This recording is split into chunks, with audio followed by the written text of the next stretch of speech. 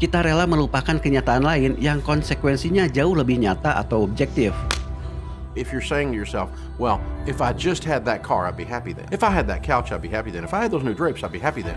And that means that you're worshiping at the altar of stuff. So it becomes a spiritual thing then because it's in competition with the things that really matter.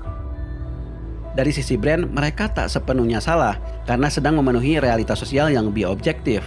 Sebagai brand, mereka harus terus berjualan agar pemasukan mereka lebih besar dari pengeluaran mereka, atau yang kita sebut profit.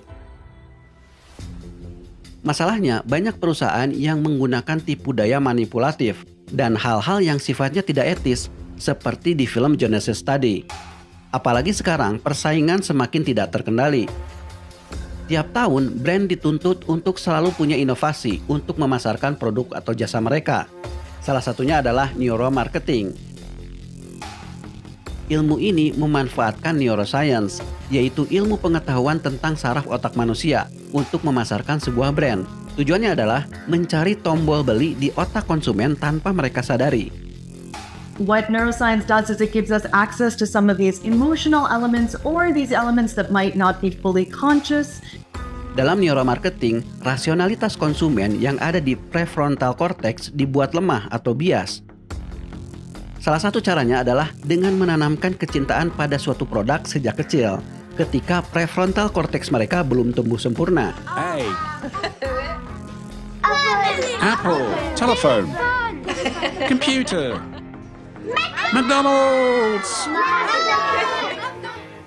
Misalnya dalam satu penelitian yang melibatkan produk Pepsi dan Coca-Cola ini. Tanpa ada logo di minuman itu, banyak yang berkata bahwa Pepsi lebih enak.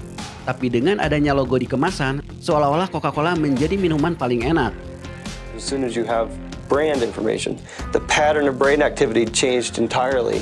We got recruitment of the prefrontal cortex, which then we believe biases these sort of more basic structures related to taste.